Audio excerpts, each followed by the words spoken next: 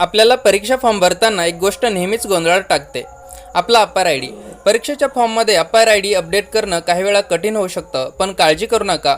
आज आपण पाहणार आहोत की अपार आय डी कसा अपडेट करायचा, आणि तेही एकदम सोप्या पद्धतीने. परीक्षा फॉर्म भरणे आपल्याला सोपं वाटतं, पण अपार आय डी हा काही वेळेस अडचणीचा विषय होऊ शकतो. तुम्ही आधी अपार आय डी अपडेट केला आहे का? किंवा केला असेल तर चुकीचा केला आहे का? जर असं काही घडलं असेल तर तुमचं ते अपडेट करणं खूप महत्त्वाचं आहे. पण चिंता करू नका, या व्हिडिओमध्ये मी तुम्हाला पद्धत सांगणार आहे, आणि तेही तुमचा एक सुद्धा क्षण वाया न घालवता. तर चला पाहूयात आपला अपार आय डी परीक्षा फॉर्ममध्ये कसा अपडेट करायचा. बघा मित्रांनो, तुम्हाला परीक्षा फॉर्म भरताना ज्यावेळेस तुम्ही एक्झाम फॉर्म या बटनावर क्लिक करता, त्यावेळेस तुम्हाला please update Apaar I D to fill exam form असं ज्यावेळेस एरर येतो, त्यावेळेस नेमकं काय करायचं ते आपण या ठिकाणी बघणार आहोत.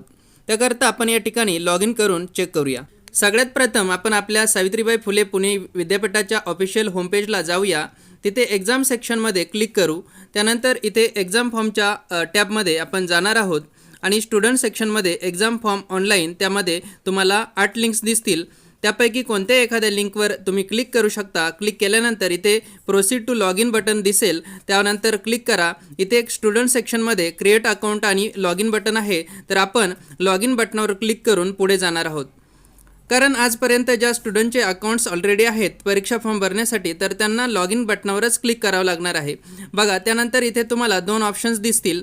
एक आहे log in by email I D आणि मोबाईल नंबर. तर तुम्हाला जो ऑप्शन सिलेक्ट करायचा असेल तो तुम्ही सिलेक्ट करा. जसं मी या ठिकाणी मोबाईल नंबर सिलेक्ट केला. या ठिकाणी पासवर्ड आपल्याला टाकायचा आहे, आणि समोर दिसत असलेला जो कॅप्चा आहे तो कॅप्चा आपल्याला एंटर करायचा आहे.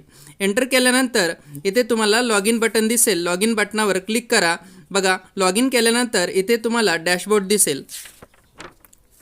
या डॅशबोर्डमध्ये ॲक्शन कॉलममध्ये आपल्याला इथे अपडेट प्रोफाईल या नावाचा ऑप्शन दिसणार आहे. तर या अपडेट प्रोफाईलवर क्लिक करा. त्यानंतर क्लिक केल्यानंतर इथे तुम्हाला एक मेसेज येईल, automated permanent academic account registry अपार आय डी. सो या ठिकाणी तुम्हाला तुमचा अपार आय डी 12 डिजिटचा काय करायचा आहे तो अपडेट करायचा आहे.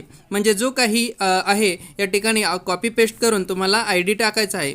त्यानंतर मित्रांनो, या ठिकाणी तुम्हाला तुमचा जो काही पासपोर्ट साईज फोटो आहे तो देखील काय करायचा आहे, अपडेट करायचा आहे 300 KB पर्यंत. आणि तुमची सिग्नेचर इथे सुद्धा 50 KBच्या आत अपडेट करायचं आहे. हे अपडेट केल्यानंतर सगळ्यात शेवटी खाली जाऊन तुम्हाला इथे सबमिट म्हणून एक टॅब दिसेल. या सबमिट बटनावर क्लिक करा. बघा मित्रांनो, या पद्धतीने आपल्याला मेसेज येईल, successful personal information saved successfully, your course enrollment profile completed, now you can fill exam form. त्यानंतर इथे ओके बटन दिसेल. या ओके बटनावर काय करायचं आहे, आपल्याला क्लिक करायचं आहे.